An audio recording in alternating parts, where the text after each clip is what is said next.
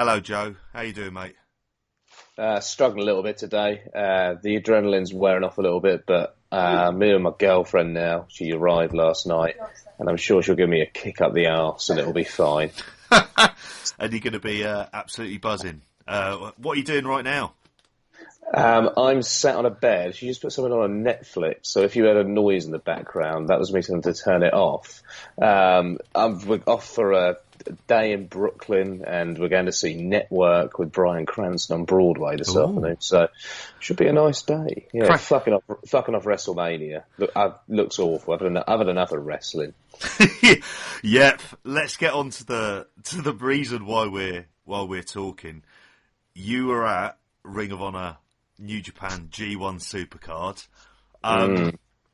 Thoughts? Just say what you think. Where do you start?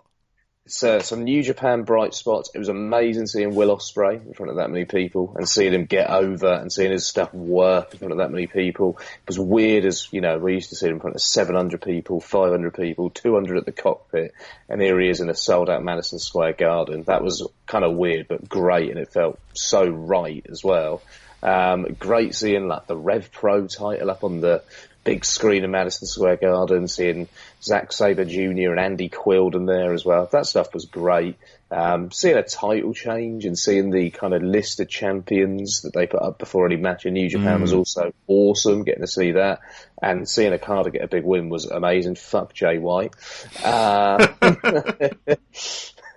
Consistent, keep it on brand. And Naito Ibushi was obviously a major highlight. I think that'll end up being the match of the weekend. I can't see how anything can beat that. And it was a hugely emotional moment. But, oh dear. I think the bad kind of outweighed the good in many ways, which sucks. And I had an amazing day yesterday. It was a lovely day, beautiful day in New York, 20 degrees, a day full of joy and merriment as I walked around Prospect Park and just generally strolled around Brooklyn, took in the kind of nice vibe and atmosphere. I was thinking, I could live here. This is a bit of me, this is. And then I got to Madison Square Garden, saw a great Will Ospreay match, and then Ring of Honor ruined the fucking day because they are the worst, most uncool company right now in professional wrestling, and the sooner they fuck off and die, the better. Tony Khan was watching that show last night, and he got a phone call from Harold Mage, who walked out of the show and said, "Tony, we need you, pal," because that was an absolute joke of a show. On the biggest stage, some of the shite they pulled. The Beautiful People reunion. They're not even beautiful if you ask me, not my type, that's for sure. And now they're pushing MILF status. They're clutching at straws when it comes to that lot. And were they any good in TNA? I don't know, because I wasn't really watching it. I couldn't even remember their name when they came out. You had to remind me when I was texting you. Absolute fucking joke. And why are they there? Oh, because Bully Ray's going to have them, or one of them, isn't he? Probably. Then we get this Enzo and Cass bullshit as well. Before the Tanahashi Zap match, Tanahashi walks out as they're taking Enzo and Cass out. Delirious is a fucking joke. Honestly, do you know who that bloke is? I've got a comparison for you. It's a bit out of left field, this one. Do you know who he is, mate? Who is he? He's Mike Ashley and Ring of Honor and Newcastle United. He's just there. He is just there forever. He never goes away. He just stays there doing the same old shit. And shit never changes. Yeah. The Young Bucks and Omega, they're those players that were like, what am I doing here? I can do so much more elsewhere. And they got the fuck out of Dodge. And they've got Marty Scurll there as Johan Kabai. And it's inevitable that he's going to be off sometime soon because he just needs to get out of there because he feels so he just stands out as someone who doesn't fit the promotion at this point. What with all his mates being elsewhere. It's like Graham Carr, dad of Alan, went and did some scouting over in France. They managed to make a profit and now they're left with all the fucking dead weight. Absolute shite, but just so long as well. 6 hours of this absolute tripe, from the entrance music the Ring of Honor guys have, to the look and the presentation of the place. They are so painfully uncool and so behind the times, it's quite unbelievable. Oh, what a joke. So, I don't blame you for that. I've been prepared for you to say that. I mean, as a live experience, how was it? How did it come across live? How would you gauge people reacted to a lot of things that happened that night? And there was a lot there. Yeah, just to be quick about it, people were into Ospreay in a major way. People were into the Naito Ibushi match in a major way. Not that many people were into the ladder match. People hated Matt Taven, just thought he was fucking shit, and they were right. The Bully Ray beat down squash thing got very little reaction. No one was into it. The Enzo and Cass thing confused people. Tanahashi Zack was kind of ruined because people were on their phones trying to find out if it was a work or a shoe. It was clearly a fucking work because the security guards didn't storm the ring. Come on. Did you know it was them straight away as soon as... Yeah, I could see Enzo just out of nowhere, and then I saw Cass because he stands out because he's like 7 foot tall, so I could see him pretty clearly. I was like, oh, okay. Heard he looked in bad shape. I couldn't see in that much detail, to be honest with you, mate. But whatever. It just happened. I'm trying to think of what else. Oh, the women's match on this show was terrible. Yeah. The problem was with a lot of the Ring of Honor stuff, it was so long.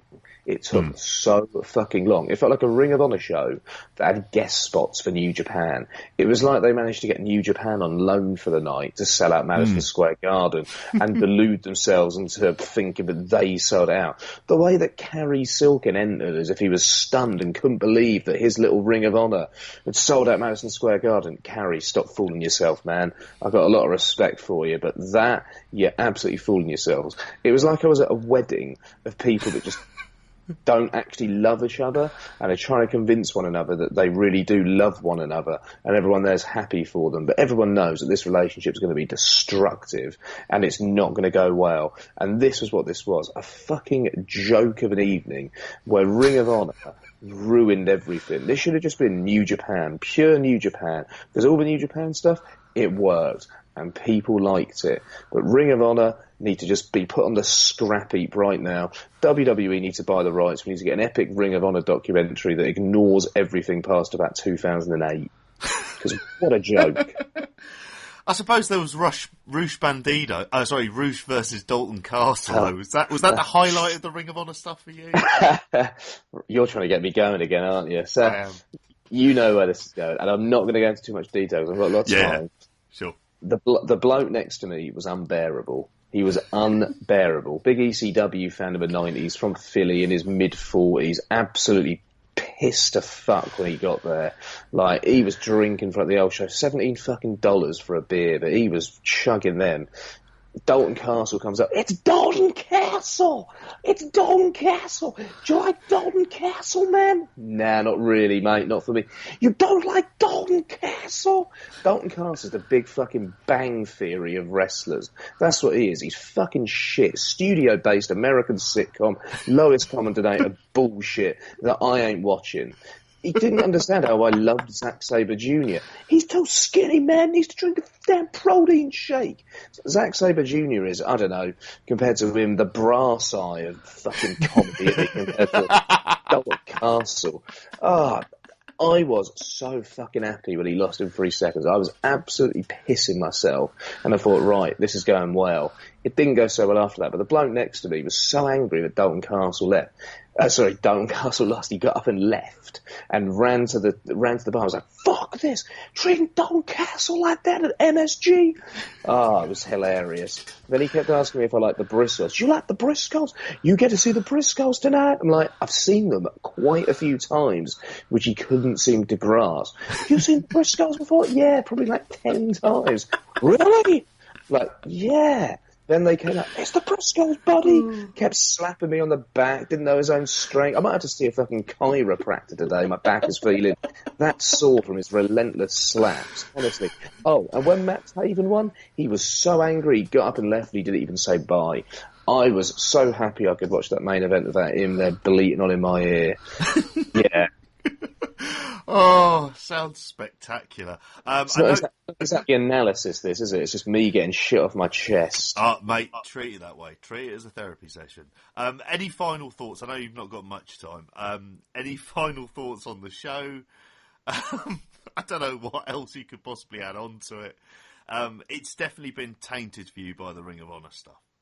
Yeah, it's a massive, massive shame. Jay White Okada, I like the last 10 minutes. The show went on forever. It felt like the wrong. It's a New Japan main event. I get why they did it, but it felt like the wrong style of match at that time. The crowd were very tired, but people got into the Okada stuff. No one cared for Jay White. Seriously, the Jay White thing. Were you in happy company then for that? For when he came out? Say that again, mate. Were you in good company with people just booing him out of the building, and you were able to join in? Oh, I didn't give Jay White any response, mate, because that's what he's shy. I ain't giving him a response. I just confused. He's not shy. That's too far. Especially compared to some of the shite on this card. Yeah. But I just don't see him as a main eventer still, and it didn't feel like he belonged in this position at all. And when this could have been a Okada Omega, that was at the back of my mind for the whole match, and we have Kenny Omega replaced by Jay White. Like, you've sold your star striker there, and you've not replaced him. That's what this comes down to. Yeah, it was good. I enjoyed seeing Okada win. I did pop in a big way for Okada. I was cheering on Okada. I was cheering on Ibushi. The guy next to me didn't understand Ibushi at all. Like, I don't think he'd ever seen the Ibushi match. But Naito! I like that Naito! Like, okay, cool. But it was great seeing Ibushi's big win as well. That was a great emotional moment on a night that, yeah, there was some good stuff from you. But Ring of Honor, just die. Go away, please. And on that note, we'll let you go. Cheers, mate. Okay. Enjoy the rest of your trip. Yeah, and you enjoy WrestleMania. I don't know if I will. Cheers, mate. You try. Speak to you later. Bye. Bye.